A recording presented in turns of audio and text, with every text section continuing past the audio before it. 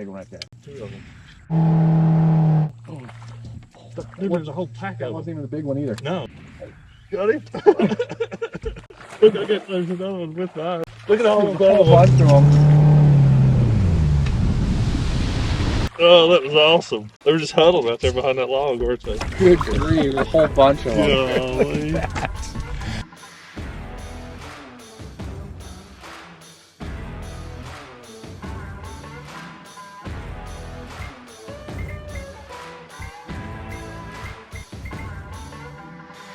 Hey everybody, welcome back to Technique of the Month for September. We're moving along and hopefully it's cooled off a little bit by now. Sometimes early September can be really, really hot, or sometimes it can give you kind of a taste of what's coming up ahead. But this month, this technique is probably one of my most enjoyable times. You know, a lot of people, like I said in that pick 4, a lot of people really dread September, and understandably, it can be a very, very tough time of the year to be fishing in our lakes. But man, if you've got access to some shallow rivers, it can be just absolutely dynamite fishing. It's like when you get those first couple cool snaps, those fish in water that's a little bit cooler already, that water temperature drops a few degrees, those fish can really go to feeding. Or you have kind of what happens around here in our part of the country where they're starting to draw our lakes down. Water that has been accessible to a lot of people all summer long now isn't so much so, because you've got to have something else to be able to get up in those rivers. So you get fish that a little heavier population in areas that normally don't have quite so many. Water falls off of them, less fishing pressure. It just really adds up to be a pretty good time sometimes this time of the year. But for me, that's the technique. The name of this technique of the month is up the river. I mean, that's where I'm going to be. You can bet probably any time of year, but most definitely in September. So what does that mean for you? If your body of water doesn't have a flowing river system in it, maybe you know, it doesn't have a big watershed or something. If it's got anything, man, if it's got a creek that flows into it that's as wide as this table, that's got a little bit of current coming in, that's going to be the place that you want to head to. Those places that, like I said, got a little bit more oxygenated water, even if it's 3 or 4 or 5 degrees cooler, those kind of places are going to be just a magnet to the fish this time of the year, largely because of the bait fish that's going to be in those. That's the way it works, man. You can go in those places a lot of times and just start seeing a lot of life in those little small areas.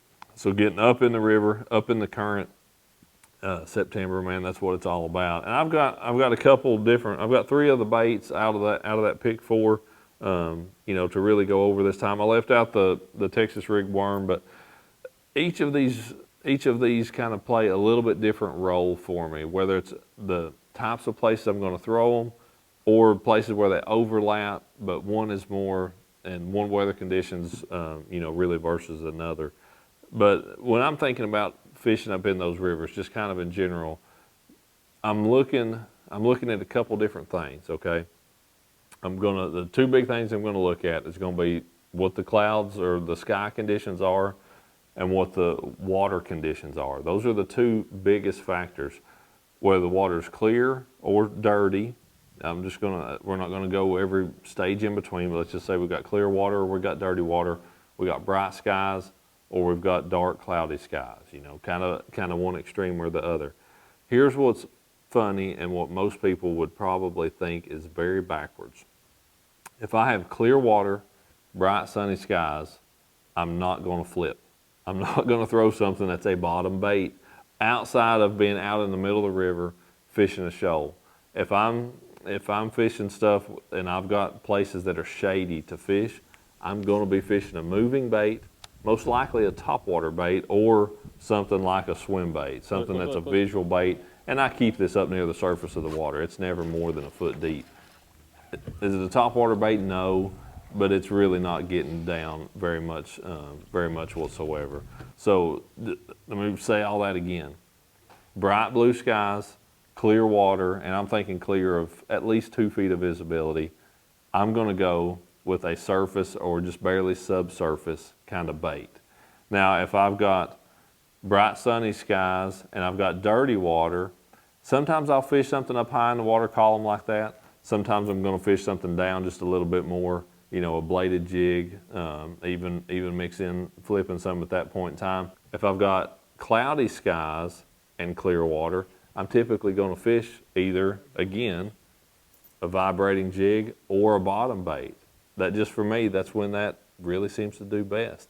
It's funny that a lot of people will go out there on a bright sunny day, clear water, and they think, man, these fish are gonna be tucked down deep in this cover.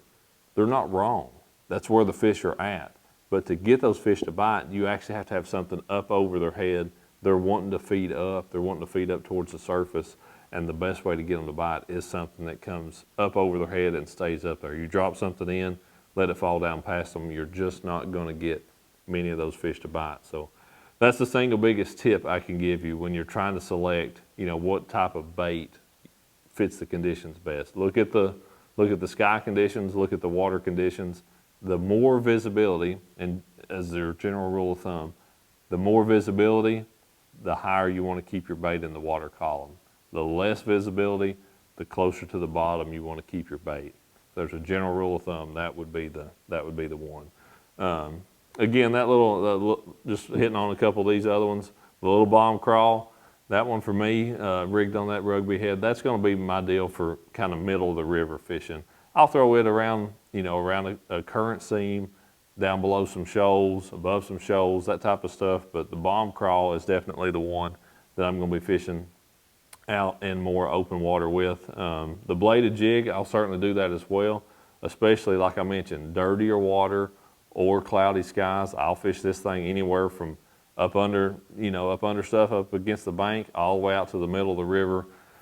The swim bait for me primarily is a cover-oriented deal. Now that's, I've got this one rigged up. I mentioned in the pick 4, this is kind of a new rigging system for me. I'm still playing with it, still testing with it some to have that that big, you know, straight shank flipping hook, as well as that treble hook with that little tether on there. This is something I'm still playing with, but a big swim bait, 5-inch Bass Pro Speed Shad, to give that big profile and you know, just a big shadow that those big largemouth and smallmouth will see and come out and track down. So that one is more for me about throwing into those shady places. I'm able to skip that bait really well and get it back up under that cover. So that's definitely a good one in that situation. But these, man, September, me and my buddy Biggs, we share a birthday. It's in the month, right in the middle of the month of September. And generally speaking, we can usually have a pretty good time out on the river that time of the year using some of this stuff right here. So September, if you've got the chance, head on up the river just as far as you can get, see what it holds for you.